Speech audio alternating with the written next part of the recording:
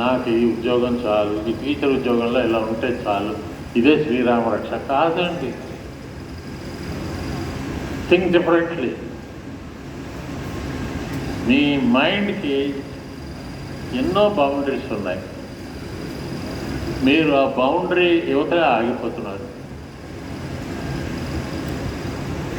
ఈ power of negative థింకింగ్లో ముఖ్యంగా mind traps అని ఉంటాయి. అంటే మనకి మనం విధించుకునే ఉచ్చులు.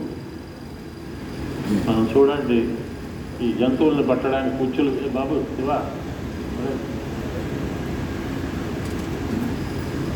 ఎవరున్నారు ఇక్కడ? చేయలేవే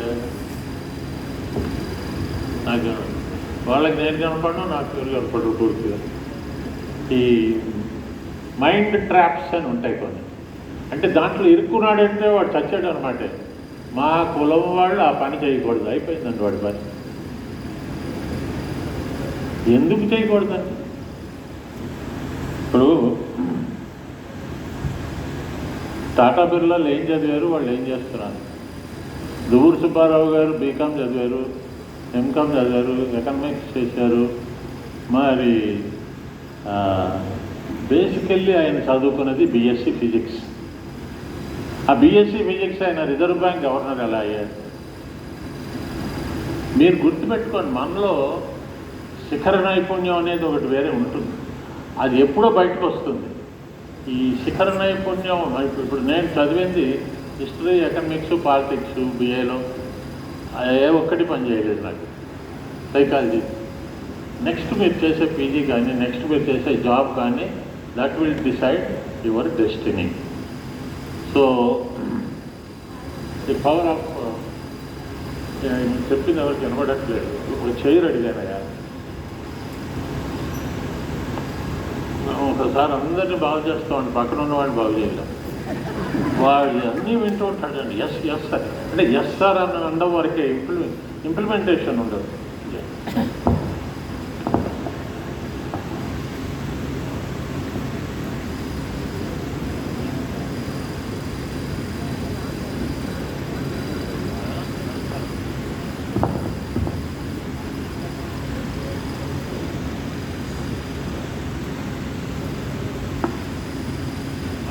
మైండ్ మేనేజ్మెంట్.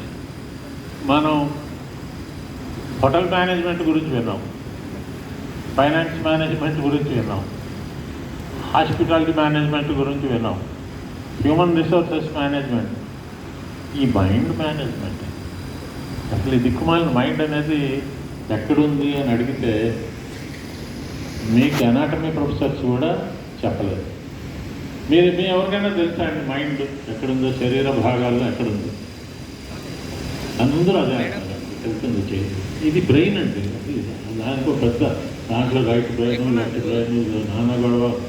మైండ్ అనేది లేదు. అది బుర్ర లేదా అంటారు. మరి బుర్ర ఉంది, మైండ్. ఇంకొంతమంది ఏమంటారంటే కాదు అక్కడ కాదంటే ఇక్కడ అంటారు. ఇది హార్ట్ అండి. ఇది చాలా దానికి కవాటాలు, నాన్న గొడవ. దాన్ని పట్టుకుని దాని పేరు మారిస్తే ఇప్పుడు మీ పేరు సుబ్బారావు అనుకోండి, కాదు మీ పేరు అప్పారావు అన్నాను అనుకో, మీరు ఊరుకుంటారు. అసలు బ్రెయిన్ కూడా ఒప్పుకోదు, హార్ట్ ఒప్పుకోదు.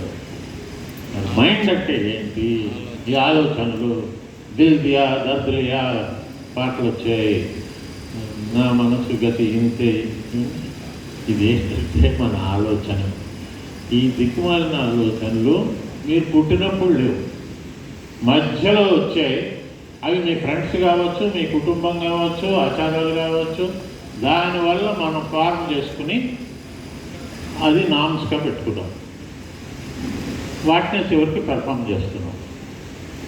సో ఇవి మనం మార్చుకోవడానికే ఈ చిన్న ప్రోగ్రామ్. నేను చెప్పేవి ఇవి దీస్ ఆర్ లైక్ వీళ్ళందరూ చెప్పినట్టుగా life lessons.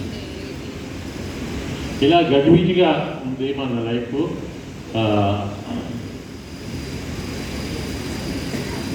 The mind is in its own place and in itself. That can make the heaven of hell and hell of heaven. In John Milton అని is a very famous English poetryలో ఆయన అద్భుతమైన book రాశాడు, Paradise last. Paradise last even Telugu అనువాదం కూడా ఉంది, మీరు గూగుల్లో చూస్తే వస్తుంది. అంటే మాకు బిఏలో అది పొయిటరీగా ఉండేది. ఆ తర్వాత విధివశాత్తు ఆయన కళ్ళు పోయాయి. కళ్ళు పోయిన తర్వాత అతను కొత్త ప్రపంచం చూశాడు. అప్పుడు రాసిన బుక్ పేరు ప్యారడైజ్ గెయిన్డ్. కళ్ళు ఉన్నప్పుడు రాసింది ప్యారడైజ్ లాస్ట్. అంటే తన తెలివితేటలు ఉన్నప్పుడు అంతా వేస్ట్ అన్నాడు. తర్వాత కళ్ళు పోయిన తర్వాత ఈ started enjoying the silence, the sound of silence. ఇవాళ నేను అదే పెట్టాను నా దీంట్లో, enjoy the sound of silence, right? So స్వర్గాన్ని నరకం చేయగలదు, నరకాన్ని స్వర్గం చేయగలదు. ఈ క్లాసెస్ విని నాకు తెలిసి నాకు వచ్చిన ఫీడ్బ్యాక్ ప్రకారం కనీసం ఒక 15% వాళ్ళు అద్భుతాలు చేస్తున్నారు, జాబ్స్ చేస్తున్నారు. ఒక 50%లో ఏదో ఒక వ్యాపారం చేస్తున్నారు. కానీ ఇంకా ఎటు సెటిల్ కాని వాళ్ళు, తల్లిదండ్రుల మీద ఆధారపడుతున్న వాళ్ళు, దురదృష్టవశాత్తు డ్రగ్స్ మీద, సిగరెట్లు తాగుడు వీటి మీద ఉండేవాళ్ళు కొందరు ఉండిపోయారు. వాళ్ళు మారాలి.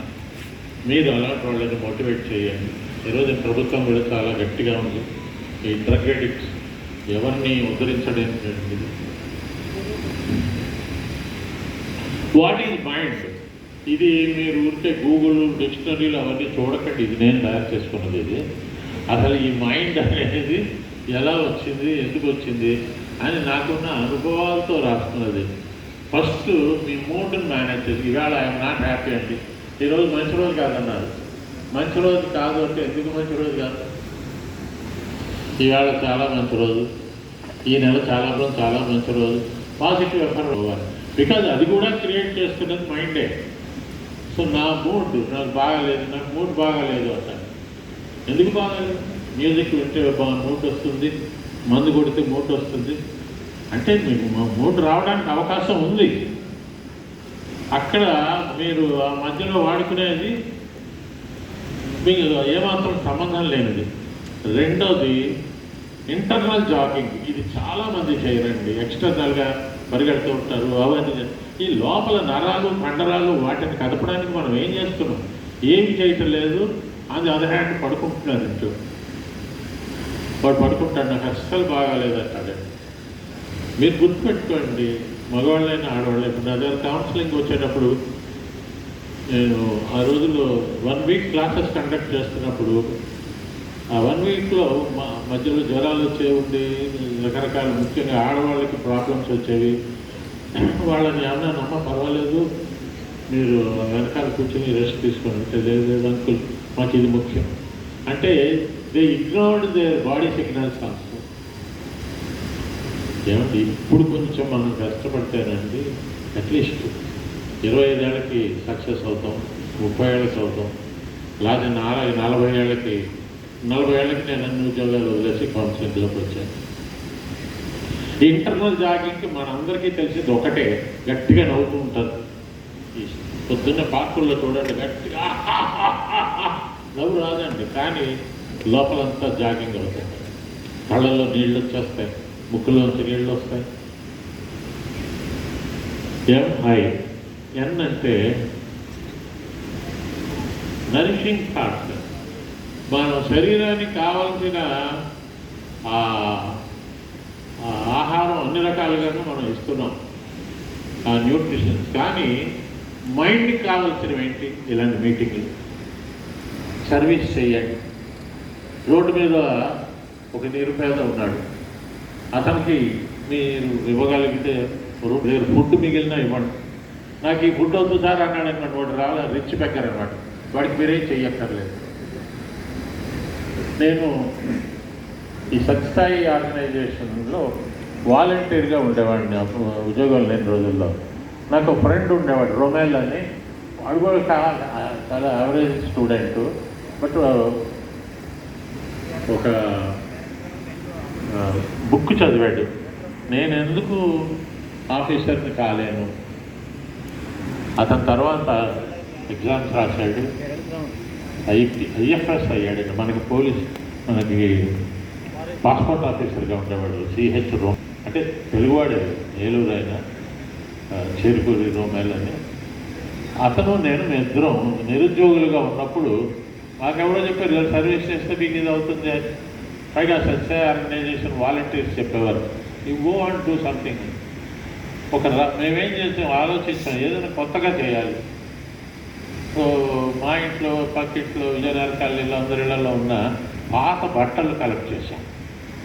కలెక్ట్ చేసి ఈ పూర్ పీపుల్కి ఇస్తే వాళ్ళు గుళ్ళ దగ్గర, చర్చి దగ్గర, మసీద్ దగ్గర వాళ్ళు అవి నిజంగా వాళ్ళు వాడుకోరు, వాళ్ళు మళ్ళీ వేరే వాళ్ళకి అమ్మచ్చు. డిజర్వింగ్ పర్సన్కి ఇవ్వాలని ఒకరోజు అర్ధరాత్రి ప్రోగ్రాం పెట్టుకున్నాం. 2 గంటలకు లేచి నా స్కూటర్ మీద వాడు వెనకాల